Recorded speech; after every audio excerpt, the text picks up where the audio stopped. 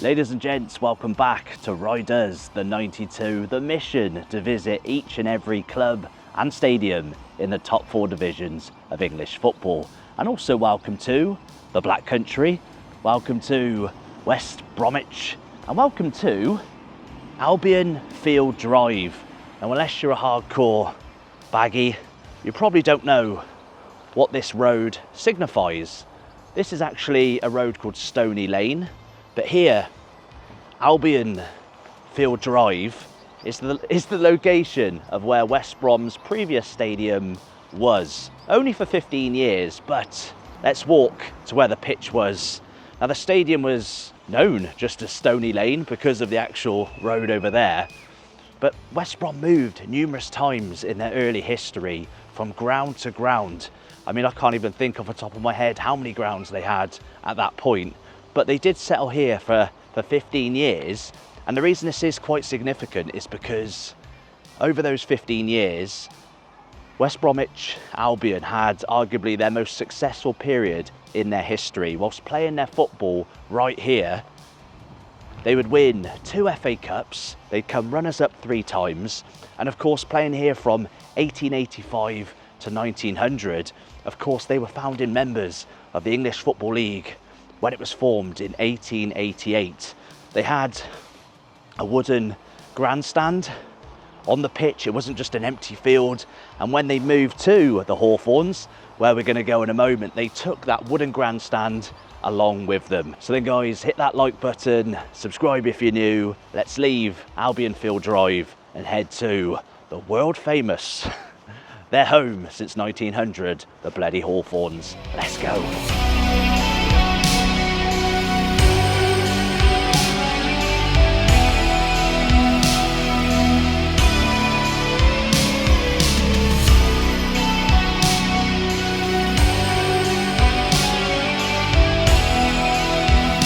Here we go guys, outside the Hawthorns. As we said, they moved here in 1900. Now, did you know that the Hawthorns was the first English Football League stadium to be built in the 20th century? Another fun fact, it's the highest in terms of above sea level in the English Football League. That includes the Premier League. Can you name in the comments below what other ground is higher outside of the EFL? Let us know in the comments below.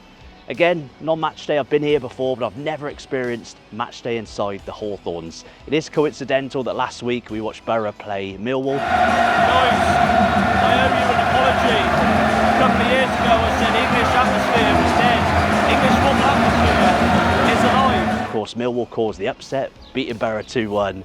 Can an upset happen? Obviously, it's a massive game for both. West Brom fighting for survival in the EFL Championship, and Millwall still hoping for that automatic second spot in the Championship. Imagine Millwall in the bloody Premier League. It would definitely ruffle some feathers. It's a shame because I really hope West Brom survive. I'm always here doing Riders the 92 from a home team perspective, but do not fear, I will be in Millwall very, very soon. So make sure you do subscribe. Let's go and check out the Hawthorns. Let's go.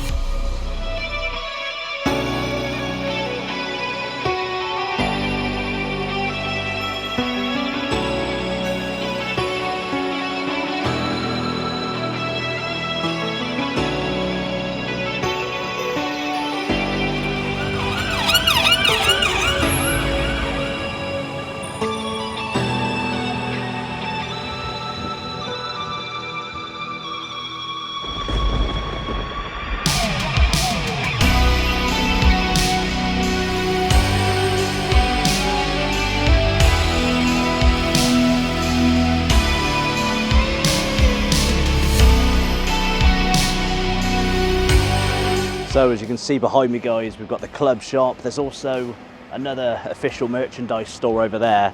And again, if you are new around here, each time I visit a stadium in each episode of Riders the 92, we must tick off the 3 Ps. And the first one is ticked off. We've got to get a pin badge from the club shop.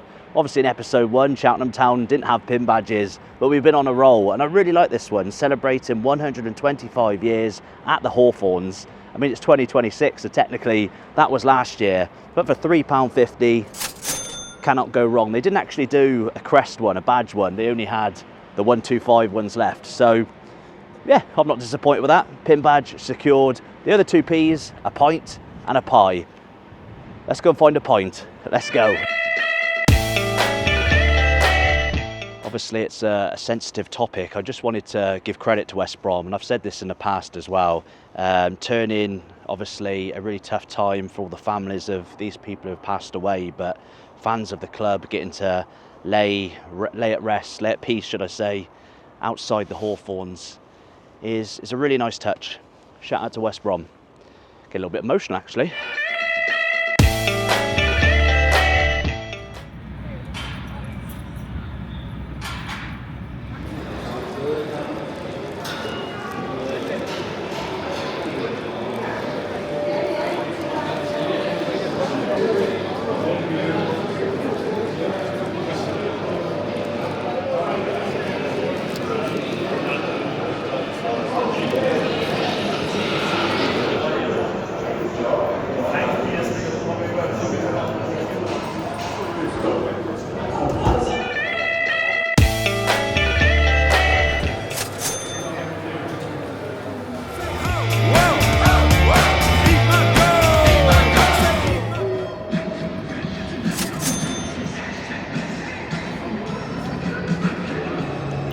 Right guys, it's obviously really early. We're here over an hour before kick-off. My first time inside the Hawthorns, and this is a proper, just as Eat My Goal comes onto the tannoy, this is a proper old school football ground. Really looking forward to this one. Millwall fans over there, that's the Smethwick end. And we've already experienced a pie, a pint, and we've of course got our pin badge. But when we visit each club and stadium in this series, we must rate them on 4 different categories: fan atmosphere, stadium aesthetics, the way it looks, food and drink, not just the taste, price, affordability and so on, and overall match day experience. Were the staff helpful? Was it pleasant? Was it recommendable to other football fans? Everything that's not covered in the other 3 categories. That will give us a rating out of 5 for each of those 4 categories and a total rating out of 20. Now, I give my ratings the week after, so I'm going to leave you for one moment with my ratings from the experience last week in Middlesbrough. Let's go! Police dogs everywhere! Right guys, so I'll make it quick. Fan atmosphere, I've given Middlesbrough 3 out of 5. Now, it was an incredible atmosphere. We were in the south stand, I believe, fairly close to, I want to say the ultras, but I know some of you guys don't class some English, British fan bases who try and generate atmosphere with flags and whatnot as ultras, but they did do a little bit of a tifo, bit of a display. And you know me, I am a little bit influenced by German football culture. I enjoy it. It was a very much a contrasting football atmosphere with Middlesbrough's red faction to our left and then the no-nonsense Millwall fans to the right. I do feel like the Millwall fans brought out some of that atmosphere in the South Stand with Middlesbrough, and that's no disrespect to Middlesbrough, because again, massive respect to that fan base. I've got friends from the area and really good fans, nothing bad to say about them, but I would say in the other stands they were a little quieter, so that's why I've gone with a fairly safe 3 out of 5. Now on to the next one, stadium aesthetics. I really like the look of the Riverside. It's literally on the water, of course. Was it 1995 we said the stadium was built? Still looks really good. You know, we still look at it as a new stadium, even though it's over 30 years old now. Yeah, but I'm going to go with a safe 3 out of 5 because it's kind of got that slight bowl feel, a little bit generic, not so many quirky elements that fit my taste. Again, you guys might disagree. This is all personal opinion. Maybe a safe option again. 3 out of 5. Food and drink. I think I've been a little bit harsh, but I'm going to mark them down for serving pucker pies. You've already seen that West Brom also serve pucker pies. Nothing wrong with pucker pies. They're decent pies, but I do love, you know, a pie that's maybe more local to the area. Maybe some brand that we've not heard of. I just hate the generic, you know, it's the easy choice, but they did have some good food options, and again, because it's a little bit out the way of the town, there was various burger vans and all kinds of food places outside, but I do try and keep this rating to close proximity to the stadium, mostly inside the stadium, and the pricing was really good. I would have gone 3 out of 5 had the only lager choice not been bloody Budweiser. I went for a Camden Stout, that was decent. But I feel like, yeah, maybe another option in terms of lager would have been ideal. Matchday experience, at this point really, I don't actually know what I'm really marking on exactly on matchday experience. As I said, it's everything that doesn't fit the previous 3 categories. The fact that we could get a pin badge, the facilities, the shop was good. You could also look at things like proximity to train stations, which was pretty close. We saw that a bit of a kick-off, a bit of police kind of causing something out of nothing. That was good location-wise. Everyone's really friendly and pleasant. So I've gone matchday experience 3 out of 5. That gives us a total of 11 out of 20, which puts us below Oldham, who still sit in the top spot, but above Cheltenham Town. Somewhere in the middle. Will West Brom beat Middlesbrough score? Let us know in the comments below.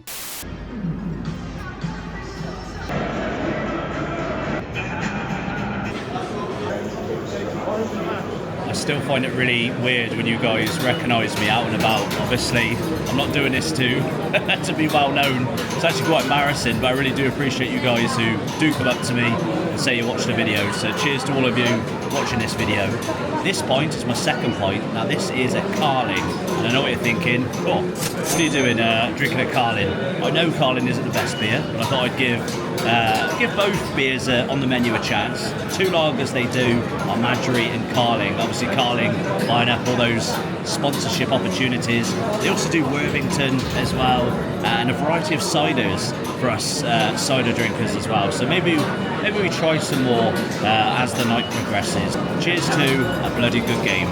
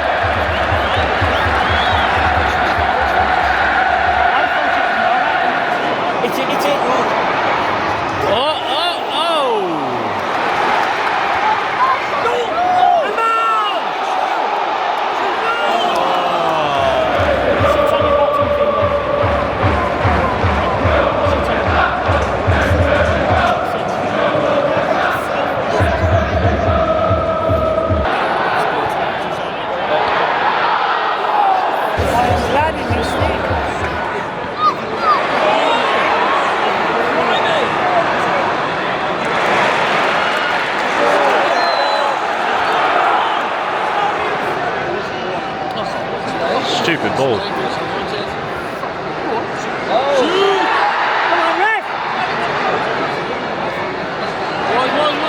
Down the channel.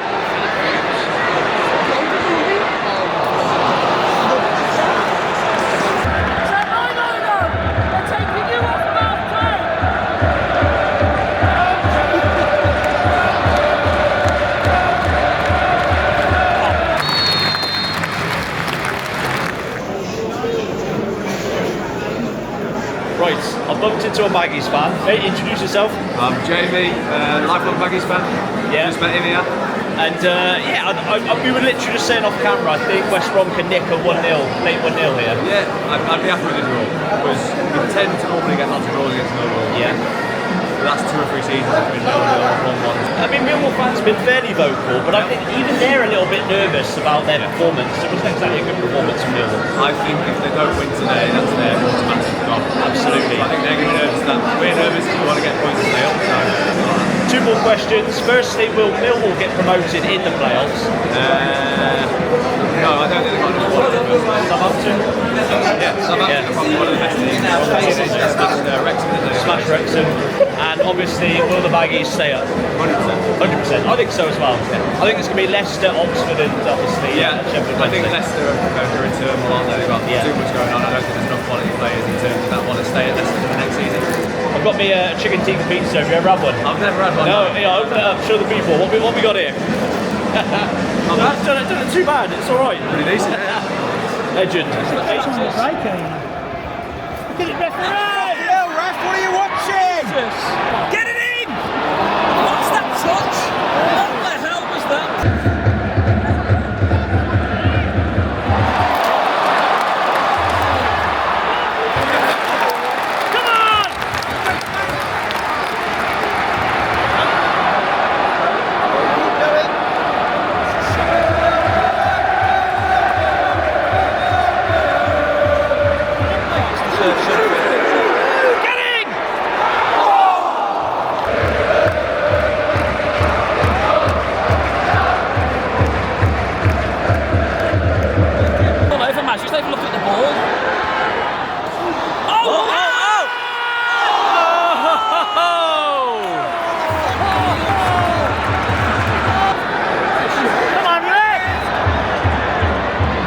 What a ball! What a ball! Woo. Lovely ball.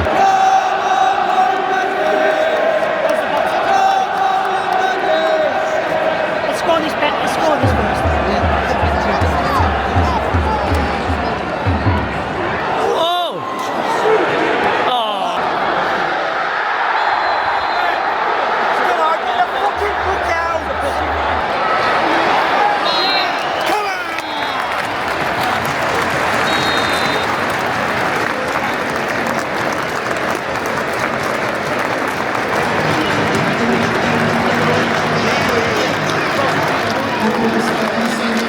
Hawthorns